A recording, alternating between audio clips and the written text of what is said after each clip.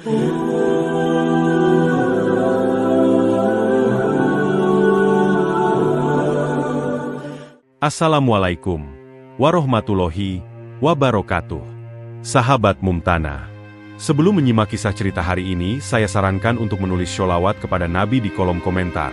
Semoga sholawat kita menjadi penolong kita kelak di padang mahsyar. Kami doakan semoga kalian mendapatkan rezeki yang barokah dan diberi kemudahan oleh Allah Subhanahu wa Ta'ala dalam menjalani kehidupan sehari-hari. Tak ada yang menyangka bahwa Edenia, negeri adikuasa dengan pencakar langit menjulang dan teknologi yang diklaim melampaui zaman, bisa lenyap dalam sekejap. Tidak oleh perang, bukan pula oleh senjata pemusnah massal, melainkan oleh sesuatu yang jauh lebih sunyi dan tak terbendung. Gelombang raksasa dari laut terdalam.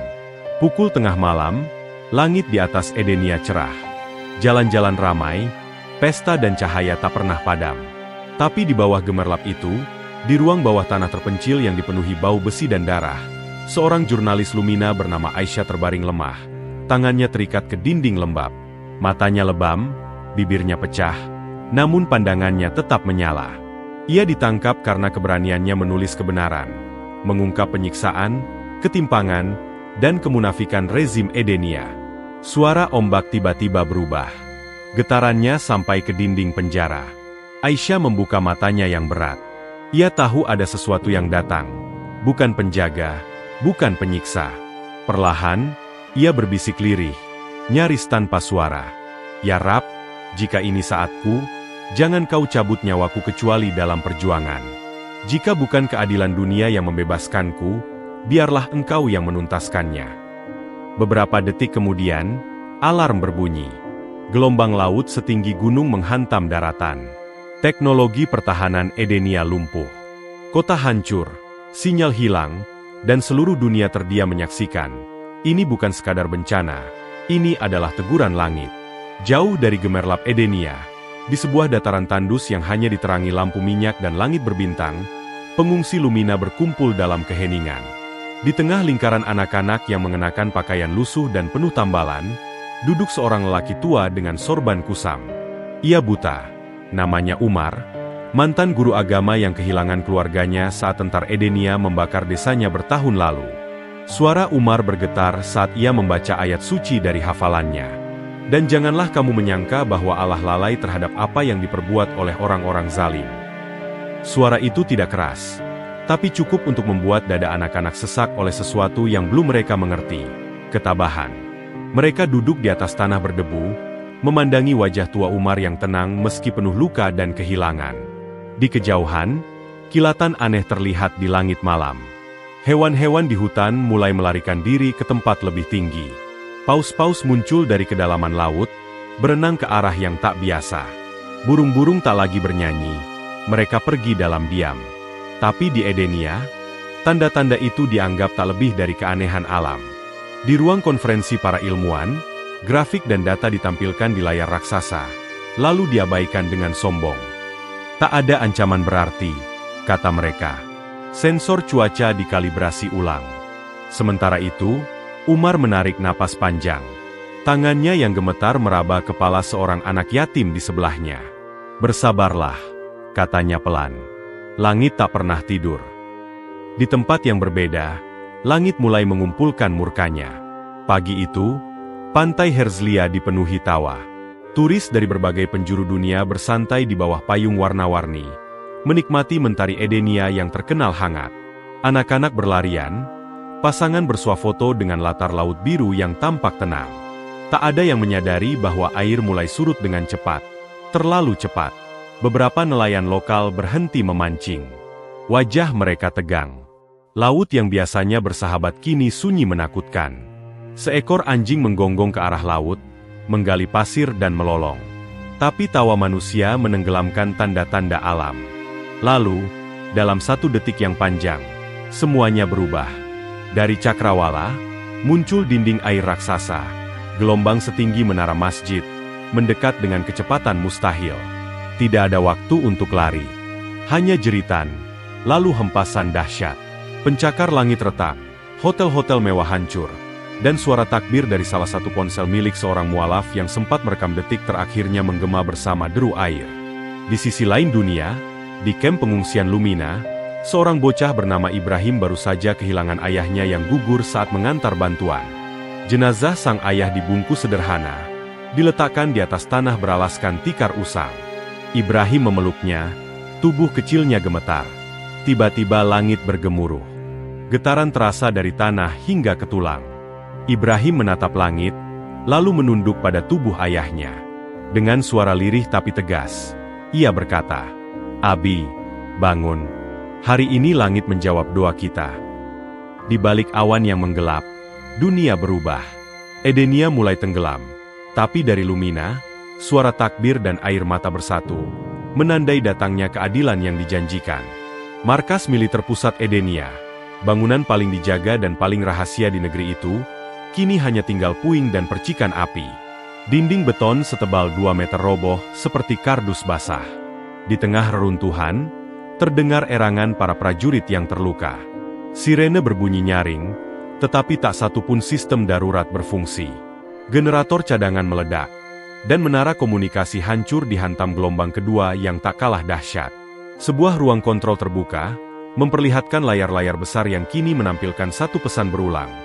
Data dibuka, kejahatan Anda diketahui dunia. Seluruh dokumen rahasia, eksperimen biologis di wilayah Lumina, rekaman penyiksaan, perintah pembantaian massal, dibocorkan ke jaringan global. Dunia menyaksikan dengan ngeri apa yang selama ini tersembunyi di balik tembok teknologi dan propaganda Edenia. Di salah satu sudut yang gelap dan penuh debu, Jenderal Alvar, pemimpin tertinggi pertahanan Edenia, tergeletak dengan luka parah di dadanya. Napasnya terputus-putus, darah mengalir dari mulutnya. Seorang tentara muda berusaha menahan tangis sambil memegang tangannya. "Jenderal, kita diserang. Kita butuh perintah," katanya tergagap. Dengan suara pelan, Alvar menatap langit-langit yang mulai runtuh dan berkata, "Kami membangun tembok, tapi lupa bahwa langit tak terbendung." Sementara itu, di antara puing-puing penjara bawah tanah, Aisyah membuka matanya. Ia masih hidup. Di sekelilingnya, dinding-dinding runtuh tapi membentuk celah sempit yang justru melindunginya. "Aku hanya membaca hasbunallah wa ni'mal wakil," bisiknya lemah. Tangan gemetarnya meraih cahaya dari sela-sela reruntuhan. Ia tersenyum kecil, tak percaya bahwa ia masih bernafas.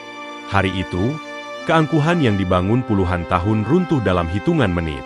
Langit memilih untuk mengadili sendiri. Di antara reruntuhan kota yang kini hanya hamparan puing dan asap, seorang pria tua duduk di atas kursi roda yang berderit pelan saat angin menerpanya. Namanya Daniel, veteran perang Edenia, mantan komandan pasukan yang dulu menginvasi Lumina. Rambutnya putih, matanya sayu, dan tangannya gemetar, bukan hanya karena usia, tapi karena bayang-bayang dosa yang tak pernah benar-benar hilang dari benaknya. Di dekatnya, seorang bocah Lumina berumur sekitar 8 tahun berjalan pelan, membawa botol air kecil yang nyaris kosong. Bajunya lusuh, kakinya tanpa alas. Tapi wajahnya tidak menunjukkan takut atau benci. Anak itu bernama Nuh. Ia berdiri di hadapan Daniel, lalu mengulurkan air tanpa berkata sepatah kata pun. Daniel menatap anak itu dengan mata berkaca-kaca. "Siapa namamu?" tanyanya lemah. "Nuh," jawab bocah itu polos. Daniel menarik napas dalam, lalu bertanya lagi, dengan suara tercekat, "Apa aku musuhmu?" Nuh diam sejenak, lalu menggeleng. "Tidak, kau seperti kakekku. Tapi aku tidak pernah punya kakek." Air mata Daniel jatuh tanpa bisa ditahan. Suara gemetar dari hatinya keluar dalam bisikan lirih. "Tidak, kau adalah cucu yang hilang dariku. Dari masa yang dulu kusia-siakan dengan darah dan kesombongan." Mereka berdua terdiam di tengah kehancuran. Tetapi justru di sanalah benih baru ditanam. Benih pengampunan. Daniel, yang dulu mewakili penjajahan, dan Nuh, yang mewakili generasi yang bangkit dari abu penderitaan, bertemu tanpa kebencian. Sementara itu, di kota suci Yerusalem, gema adzan dan lonceng gereja bergema beriringan. Di sisi barat, sinagoga tetap berdiri, dan tak jauh darinya, masjid yang sempat rusak kini dibersihkan oleh relawan dari berbagai bangsa. Tak ada slogan, tak ada bendera, hanya keheningan dan usaha untuk memahami satu sama lain. Untuk pertama kalinya setelah puluhan tahun, bumi terasa sedikit lebih damai. Bulan purnama menggantung tinggi di langit, memantulkan cahaya lembut ke atas puing-puing Edenia. Kota yang dulu tak pernah tidur kini sunyi. Tak ada lagi sorotan lampu neon. Tak ada parade teknologi. Yang tersisa hanyalah reruntuhan, tangisan, dan suara langkah orang-orang yang mencoba memahami arti dari semua ini. Di salah satu tenda darurat di perbatasan Lumina, seorang gadis kecil bernama Hannah, anak yatim dari Edenia, duduk bersama keluarga pengungsi Lumina yang kini mengasuhnya. Ia masih mengenakan seragam sekolahnya yang kotor dan robek. Di pangkuannya terbuka sebuah mushaf tua. Sampulnya mulai mengelupas. Hannah tak bisa membaca huruf Arab. Tapi ia memandangi baris-baris itu dengan rasa takjub. "Aku tak tahu bahasa Arab," katanya perlahan kepada ibu angkatnya, seorang wanita Lumina bernama Salsabila, "tapi aku tahu, ini firman Tuhan." Salsabila tersenyum, mengusap rambut Hannah. Tak ada perintah untuk membenci, tak ada ajaran balas dendam. Yang mereka warisi dari penderitaan adalah keteguhan, bukan kebencian. Di sisi lain dunia, media internasional menyiarkan gambar-gambar menggetarkan. Masjid dan sinagoga dibersihkan bersama-sama. Tentara yang menyerahkan senjata mereka kepada warga sipil untuk membangun kembali. Pemimpin agama duduk di satu meja tanpa saling menyalahkan. Dunia tercengang. Banyak yang awalnya berharap akan muncul gelombang pembalasan. Namun yang datang justru gelombang pengampunan. Aisyah, yang selamat dari penjara, kini memimpin gerakan kemanusiaan lintas agama. Ibrahim dan Nuh ikut membantu membagikan makanan dan selimut. Daniel, meski lemah, menjadi juru damai bagi para veteran yang masih hidup. Dari kehancuran Edenia, bukan senjata yang bangkit, melainkan cahaya. Cahaya dari hati yang ikhlas menerima bahwa keadilan ilahi bukan selalu berupa hukuman. Kadang ia hadir lewat pelajaran dan perubahan.